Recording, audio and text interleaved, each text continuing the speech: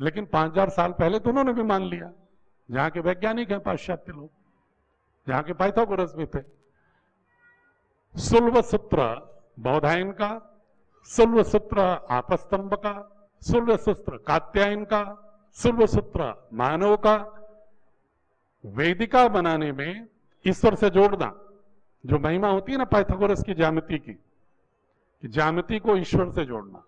हमारे यहां वेदिकाओं के माध्यम से पूरे ब्रह्मांड को कृतज्ञता ज्ञाप्त करने का भाव गणित से पैदा किया हमने, कि अगर हमें ईश्वर को समझना है तो पहले वेदिका बनाते हैं। और उसके कितने आकार हैं वेदिकाओं के, कितने ज्यामितीय आकार हैं? 70 प्रकार के ज्यामितीय प्रकार सुल्व सूत्रों के माध्यम से वेदिकाएं बनती रही।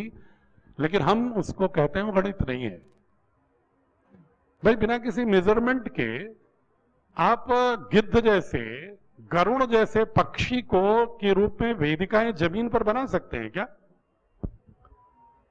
बिना किसी मेजरमेंट की फिलॉसफी जाने हुए, बिना किसी यूनिट के कॉन्सेप्ट को जाने हुए। सरस्वती सिंधु सिविलाइजेशन में, जो अर्बनाइजेशन में आप लोगों ने पढ़ा होगा कि ईंट की साइज, गलियों की साइज, तालाब की साइज, वो क्या था? वो गणित नहीं थी क्या? उसमें तो पाइथागोरस नहीं थे। मापन की पद्धति, सरस्वती सिंधु सिविलाइजेशन को भी तो कम से कम ईसा के 1500 साल पहले, 1000 साल पहले तो मानते हैं ना, 1500 1800 से लेकर के 3000 के बीच में, तो तब भी तो गणित थी। लाप्लास जैसा विद्वान पाश्चात्य का, वो कहता है कि हमने न्यूमेरिकल सिस्टम भारत से सीखा। अल्बुर्नी लिखता है अपनी पुस्तक में 11वीं शताब्दी में कि अरब में पूरा नंबर सिस्टम, स्पेशली 0 1 2 3 4 5 6 7 9, यह सिखाया भारत ने अरबों को, क्योंकि अरब में गणित थी, मैं नहीं कह रहा हूं नहीं थी, लेकिन वो चित्रों के माध्यम से थी। जैसे आज भी अक्षर मैंडरिन में चित्रों के माध्यम से। लेकिन ये जो अंक पद्धति है, ये भारत से अरब में गया और अरब से ग्रीस में गया, ग्रीक में गया, और ग्रीक ने इसलिए उसको कह दिया अरबियन सिस्टम ऑफ न्यूमेरिकल। और अरबियंस कह रहे हैं कि इट इज ए इंडियन, भारतीय न्यूमेरल सिस्टम। बस भारतीय कहते हैं it is Arabian and Greek system. क्या आश्चर्य है, वाह! क्या आपने अपने पूर्वजों को सम्मान दे दिया? आप तो बहुत ही गोल्ड मेडल के पात्र हैं। पूरी दुनिया कह रही है कि आपको क्रेडिट दे रही है, आप कह रहे नहीं नहीं नहीं नहीं, मैंने कुछ नहीं किया। हमारे पूर्वज तो, जो हमें अंग्रेजों ने बता दिया है ना कि वो जादू टोने वाले थे, अंधविश्वासी थे, और ऋग्वेद तो गडरियों का गीत है, वो तो बादलों से, प्रकृति से डर करके भेड़ चराते हुए उन्होंने एक जो उनके मन में भाव आया उसका एक भावनात्मक गीत है, प्रलाप है, उसमें कोई साइंस नहीं है, उसमें कुछ नहीं, उसको हम मान लिए। जबकि कोपरनिकस को साहस नहीं हुआ यह कहने का 16वीं शताब्दी में कि सूरज के चारों ओर पृथ्वी घूमती है। क्यों? क्योंकि बाइबल में लिखा है कि पृथ्वी के चारों ओर सूरज घूमता है। टेस्टामेंट। कोपरनिकस की हिम्मत नहीं हुई, क्योंकि उसमें चर्च डोमिनेटेड मोनार्की चलती थी यूरोप में, उसको लगा हमें सजा मिल जाएगी। तो उसने अपने शिष्य से कहा मेरी मृत्यु के बाद मेरा रिसर्च पेपर पब्लिश कर देना। जब मर गया कोपरनिकस, पब्लिश हुआ पेपर। गैलीलियो ने उसका समर्थन कर दिया तो उसको आजीवन कारावास में डाल दिया गया। जब ब्रूनो ने उसका समर्थन किया तो उसको विष का प्याला दे दिया गया। सुकरात ने ईसा के 500 साल पहले ग्रीस में जब तर्क की बात किया तो उसको विष का प्याला दे दिया गया। लेकिन उसी समय जब सुकरात था यूरोप में, उसी समय हमारे यहां महात्मा बुद्ध थे, महावीर जैन थे, और उन्होंने जब कर्मकांडीय जटिलताओं पर प्रश्न किया, भारत की किसी एक सांस्कृतिक धारा में आने वाली जटिलताओं पर प्रहार किया, तो भारत ने बुद्ध और महावीर जैन को कोई दंड नहीं दिया, बल्कि भारत ने उसको अंगीकार किया, स्वीकार किया। बल्कि आपकी धरती के डॉक्टर अंबेडकर सामाजिक विकृतियों जो आ गई हैं भारतीय संस्कृति में, व्यवहार में, जिसके आधार पर हमारी आलोचना होती है, और अंग्रेजों ने फॉल्ट लाइन क्रिएट किया, ये मूल आत्मा नहीं है भारतीय संस्कृति की। जाति व्यवस्था, जेंडर डिस्क्रिमिनेशन, ये हमारी मूल आत्मा नहीं है, ये विकृतियां हैं संस्कृति की, हमारी मूल प्रकृति नहीं है। उस पर प्रहार करने के लिए भी जब उससे विक्टिमाइज हुए, पीड़ित हुए अंबेडकर, तब भी डॉक्टर अंबेडकर को सत नमन है कि उन्होंने उसका समाधान और उपचार तलाशा अपनी ही धरती के एक ऐसे फिलोसोफर में जो उनकी किसी कम्युनिटी में नहीं पैदा हुआ था। ये नहीं उन्होंने विचार किया, सिर्फ दर्शन को विचार किया, विचार को विचार किया, सम्मान दिया और कहा बुद्धम शरणम गच्छामि। हमने तो नहीं कभी उसको अस्वीकार किया। तो हमारी संस्कृति लिबरल है या उनकी संस्कृति लिबरल है जिसकी ओर हम इतने पीछे पड़े हुए? वो लिबर्टी की बात जब करते हैं तो मनुष्यों के फ्रीडम की बात करते हैं। अस्तित्ववाद जिन्होंने पढ़ा होगा, एग्जिस्टेंशलिज्म, जिससे मानव जिसका बच्चा है, और कांट जो करता है मॉरल एथिक्स की बात करता है। दोनों ऑपोजिट बात करते हैं। कांट कहता है, इनामुल कांट, कि मॉरल एथिक्स गाइडेड होना चाहिए, एक सिस्टम जो है उसको फॉलो करो। और सार्त्र कहता है, केनरगार्ड कहता है कि नहीं, जो तुम्हारी इच्छाएं वो करो, वो लिबर्टी है। तो हमने लेकिन मानव स्वतंत्रता को स्वतंत्रता के रूप में लिबर्टी को नहीं लिया। हमारी संस्कृति में उपनिषदों का आत्मबोध पढ़िए कि आत्मबोध क्या है। जो पूज्य स्वामी जी इधर इशारा कर रहे थे कि आत्मबोध है जैसे ही स्वयं का बोध होगा, और यह बोध होगा कि हम तो ब्रह्मांड के एक अभिन्न अंग हैं। मेरे में जो तत्व है वही ब्रह्मांड के दूसरे घटकों में भी है, मेरा अस्तित्व भी ब्रह्मांड से ही है।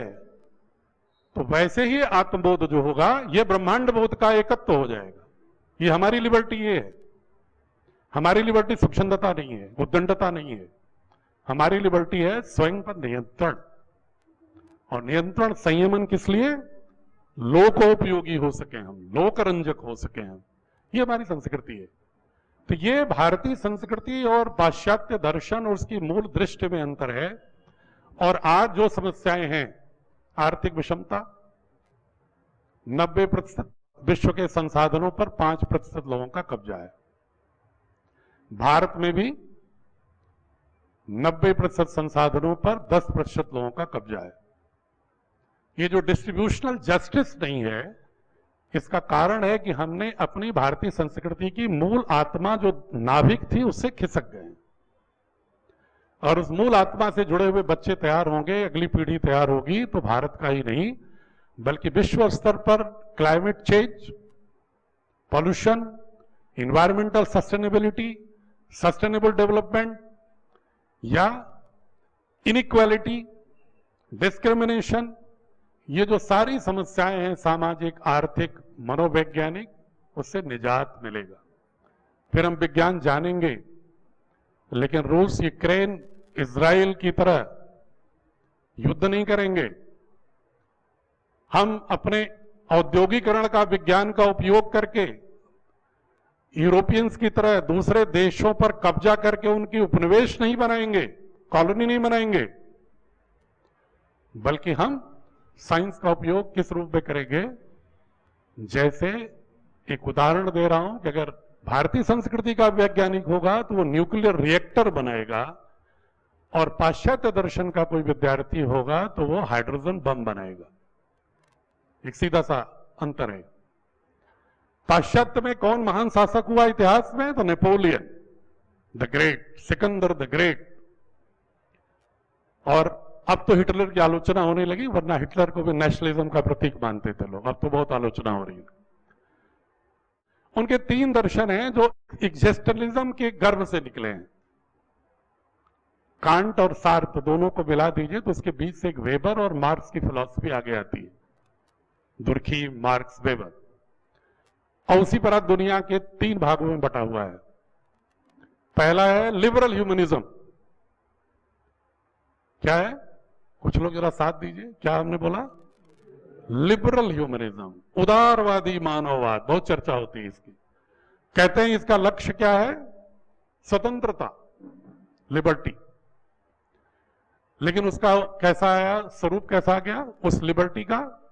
कैपिटलिज्म और मार्केट, इकोनॉमिक फील्ड। और पॉलिटिकल फील्ड में उन्होंने कहा डेमोक्रेसी होगी, लेकिन वो प्रजातंत्र बिना इक्वलिटी के लिबर्टी क्या हो सकती है? क्या लोकतंत्र स्थापित हो सकता है एक अनइवन ग्राउंड पर? तो वो पूरा का पूरा खाका चरमरा रहा है पूरी दुनिया में। दूसरा है सोशलिस्टिक ह्यूमनिज्म, समाजवादी मानववाद। उसके गर्भ से कौन पैदा हुआ? Marxism, communism.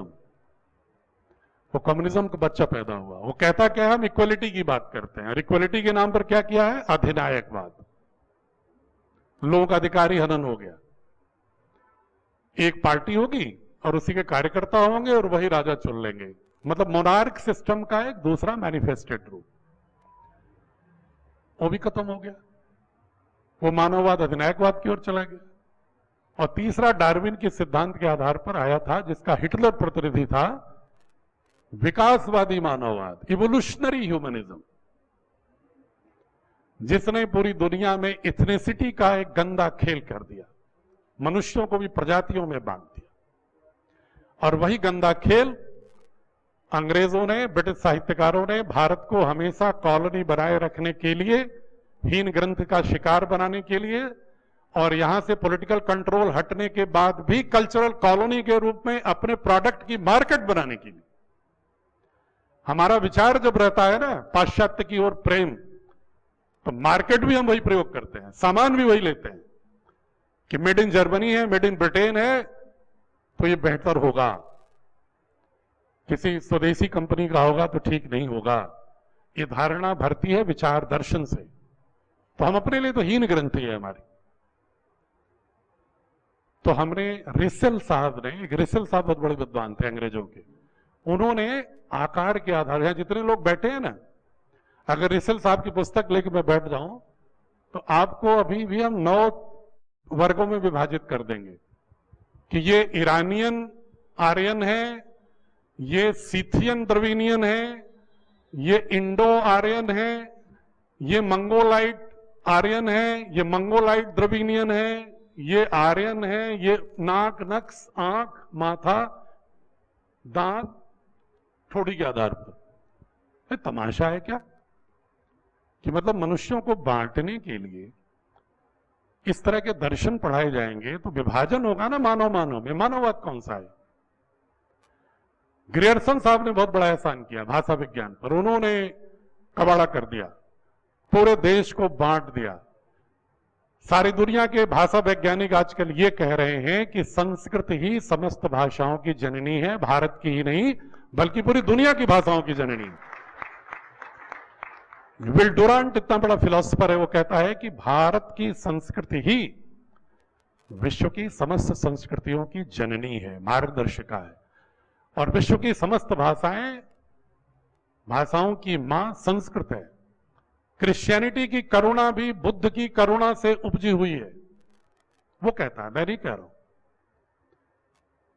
और वो कहता है कि इस्लाम भी भारतीय दर्शन के अद्वैतवाद का विस्तार है। बुद्धिज्म भी उपनिषदों की ब्रह्म चेतना का अगला इवोल्यूशनरी प्रोसेस है। और वो फिर कहता है कि जो लोकतंत्र है वो भी वेदों की सभा समितियों और राष्ट्र की जो अवधारणा थी, और बुद्ध काल में जो गणराज्य थे, महाभारत काल में जो गणराज्य थे अनेक शासकों के अलावा, उसी से ही पूरी दुनिया ने लोकतंत्र की अवधारणा सीखी है।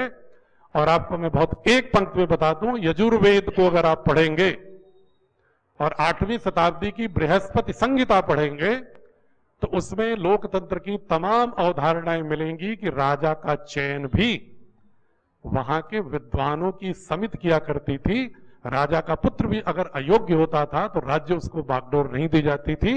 इसके सबसे बड़े उदाहरण पांचाल के श्वेत केतु हैं। उपनिषदों में चर्चा आती है, जब वो जाते हैं तो वहां की सभा पांचाल की विद्वानों की कहती है कि नहीं, उनके पिता से, कभी ये शासक होने लायक नहीं, इनको पुनः भेजिए गुरुकुलों में। अभी इनको आन्वीक्षिकी का, वार्ता का, त्रयी का ज्ञान ही नहीं है। जिस व्यक्ति को इकोनॉमिक सिस्टम का ज्ञान नहीं है, मॉरल सिस्टम का ज्ञान नहीं है, फिलॉसफी का ज्ञान नहीं है, राज्य व्यवस्था संचालन का ज्ञान नहीं, वो राजा नहीं हो सकता। ये उदाहरणाएं भी विल डुरांट कहता है यहीं से आई। और हम लोग, उस देश के लोग, अपनी विरासत को आगे बढ़ाने में संकोच करते हैं। हमें शर्म आती है। अगर हम कोई कह दे अभी कि भाई ये संस्कृत के विद्वान हैं, तो ऐसा लगेगा विज्ञान नहीं जानते होंगे, पहला अप्रोच होता है। जबकि संस्कृत में खगोल विज्ञान, वनस्पति विज्ञान, भौतिक विज्ञान, शास्त्र विज्ञान, तर्क विज्ञान, जीव विज्ञान, कृषि विज्ञान, पाराशर संहिता में आप जहां उठाइए पुस्तकों को, वहां आपको टेक्नोलॉजी और विज्ञान मिलेगा। और दक्षिण भारत के मंदिरों को देखिए, क्या बिना साइंस और इंजीनियरिंग के जानकारी के इतने बड़े बड़े मंदिर मीनाक्षी के बने हैं क्या? एक एक पत्थरों से ही पूरी की पूरी मंदिर बन गया एक पत्थर से, और विभिन्न आकार देकर के, बिना टेक्नोलॉजी के क्या, बिना किसी विज्ञान के क्या? क्या चिकित्सा शास्त्र में सुश्रुत संहिता और चरक संहिता बिना ज्ञान विज्ञान की हो गया क्या? जिस सुश्रुत संहिता की, उनकी सुश्रुत साहब की जो स्टैचू है ना, ऑस्ट्रेलिया से लेकर अमेरिका के मेडिकल कॉलेजेस के गेट पर लगी है।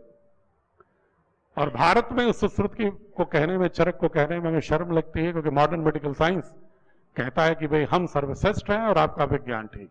हम इसमें झगड़ा नहीं पैदा करना चाहते।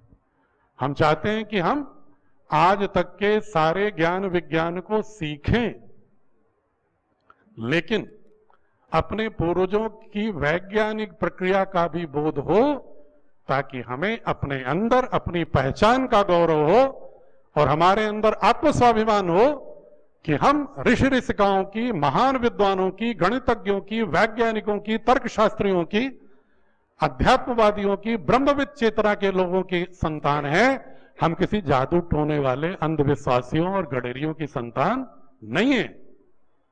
यह भाव लाना बहुत जरूरी है। तभी शोध की परंपरा, अन्वेषण की परंपरा, नवोन्मेष की परंपरा, क्योंकि जब आत्मविश्वास नहीं होता आदमी शोध नहीं करता, नौकर बनता है, वो उद्यमी नहीं हो सकता जिसके अंदर नेतृत्व का गुण ना हो।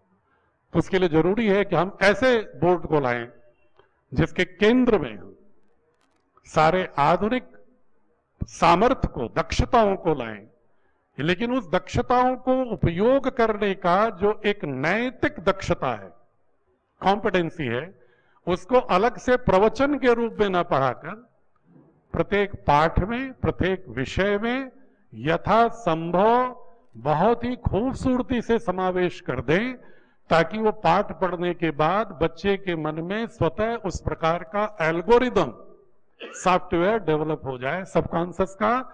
क्योंकि जब हम चेतन रूप से कोई प्रवचन देते हैं तो आदमी वहीं झाड़ करके बाहर निकल जाता है। और सीनियर होने के बाद तो वैसे भी लोगों को लगता है कि भाई ये तो हम सब जानते हैं, कौन सी नई बात हो रही है। आप सभी लोग जानते होंगे जो मैं कह रहा हूं, लेकिन मैं आपको उसी, आपकी जो जानकारी है उसी को थोड़ा सा प्रज्वलित करने, इग्नाइट करने के लिए बात कर रहा हूं। मैं नहीं कह रहा हूं जो मैं बोल रहा हूं आपको मालूम नहीं है, हो सकता है इससे अधिक मालूम हो, लेकिन कोई न कोई तो दिया सलाई का काम होगा ना। आपके अंदर जो इंट्रिंसिक कैरेक्टरिस्टिक है, जो इनहेरेंट पोटेंशियल है, ignition of that potential and cultivation of that kind of social cultural values, some institution, some organization has to come up in the society। तो उस रूप में हम बात कर रहे हैं, और पूज्य स्वामी जी उसी की बात कर रहे थे कि इस तरह का एक बोर्ड होना चाहिए।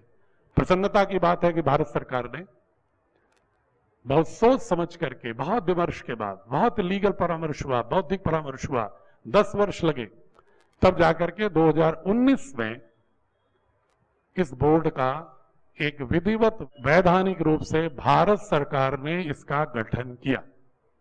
और पतंजलि योगपीठ को वैधानिक प्रक्रिया का पालन करते हुए संचालन की संपूर्ण जिम्मेदारी दिया कि पूज्य स्वामी जी आप भी इस बात की चेतना की बार बार वकालत करते रहे हैं। यह बोर्ड मैं बना रहा हूं, इसको सारी वैधानिकता में दे रहा हूं, और इस वैधानिकता को उठाते हुए इस बोर्ड की स्वीकार्यता और इसकी जन जन तक संप्रेषणीयता स्थापित करने की कोशिश करिए। और उसी क्रम में एनसीएफ को भी फॉलो करते हुए क्योंकि एनसीएफ के बियॉन्ड हम नहीं जाएंगे, वरना बच्चे कंपटीशन से बाहर हो जाएंगे और यूनिवर्सिटी के एडमिशन से बाहर हो जाएंगे। इसलिए हम एनसीएफ की जो कॉम्पिटेंसी है उसी को केंद्र में रखते हुए, उसी ब्लूप्रिंट को रखते हुए, जैसे मकान बनाते हैं तो अथॉरिटी के नक्शे के अंदर बनाते हैं, बट अंदर डेकोरेशन तो नहीं अथॉरिटी बोलेगी ना कि ये खिड़की का जरा सा छोटा करिए, बड़ा करिए, वो तो बता देंगे आपको, देख लेंगे कि सेट बैक वेट बैक छोड़ा है कि नहीं और आपने कितने परसेंटेज में कंस्ट्रक्शन किया है। तो वो हम एनसीएफ को ले रहे हैं पूरी तरह से, लेकिन हम उसमें जो विषय वस्तु है उसमें मॉडर्न साइंस टेक्नोलॉजी भी पूरी ले रहे हैं, लेकिन उसकी प्रस्तुति में हम उससे संबंधित, अगर हमारे भारत की पूरी कल्चरल जर्नी में कोई ज्ञान परंपरा रही है विद्वानों की, साक्ष्य आधारित, भावना आधारित नहीं। बहुत सारे जो राइट आइडियोलॉजिस्ट हैं, दक्षिणपंथी विचारक, वो बहुत कभी कभी अति भावुकता में बड़ी बड़ी भावनात्मक बातें भी कर देते हैं। मैं विज्ञान का विद्यार्थी होने के नाते मैं पहले उसको न्याय दर्शन के चूलों पर खरा उतरने के बाद ही उसको स्वीकारता हूं, इसलिए उसको अध्ययन करने के बाद ही मानता हूं, किसी की पंक्ति पर नहीं मानता। लेकिन स्वाभाविक है, जब आइंस्टीन जैसा वैज्ञानिक कह रहा है कि भारत से अगर हमने numerical system, number system, algebra नहीं सीखा होता, अगर हमने भारत से कैलकुलस नहीं सीखा होता, तो थ्योरी ऑफ रिलेटिविटी कॉन्सेप्ट आने में मुझे व्यवधान होता, या आइंस्टीन कह रहा है, तो उसको क्यों नहीं मानेंगे ऐसी बातों को, जिसके प्रमाण है हमारे पास। वो हम उस रूप में खूबसूरती से हम उसकी मोज़ैकिंग कर रहे हैं स्ट्रक्चर और डिजाइन में, जिसकी 1968 में भी वकालत हुई थी, 1986 में भी स्वर्गीय राजीव गांधी जी जो प्रधानमंत्री थे उस समय भी एक शिक्षा नीति आई थी, उस समय भी इसकी वकालत हुई थी। 2004 में मुरली मनोहर जोशी जी ने भी, हमारे गुरु रहे हैं वो, मैं फिजिक्स में पढ़ता था तो हमारे प्रोफेसर थे इलाहाबाद विश्वविद्यालय में, उन्होंने भी इसकी बात की थी।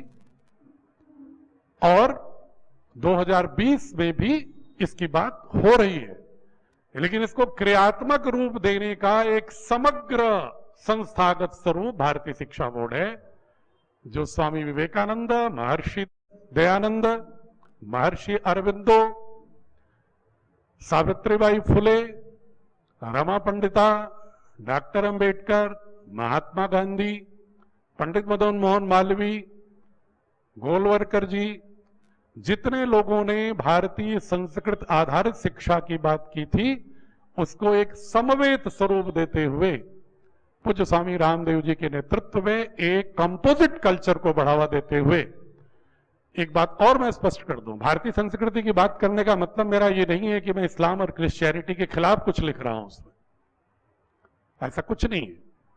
मैं पूरी विश्व की जितनी भी विश्वास पद्धतियां हैं उनका जो अच्छे मूल्यबोध हैं उनके प्रति प्रशंसनीय भाव रखते हुए और एक समग्रता का ताना बाना वैश्विक रूप से बुनने का कोशिश कर रहा हूं। मैं भारतीय बनाना चाहता हूं, किसी विश्वास पद्धति का अंधा अनुकरण करने वाला नहीं। विश्वास पद्धतियों में सत्य तक पहुंचने की जो एक भारतीय संस्कृति की एकत्व की संस्कृति रही, मनुष्य ही नहीं पशु पक्षियों प्राणियों में भी देखने की प्रवृत्ति रही।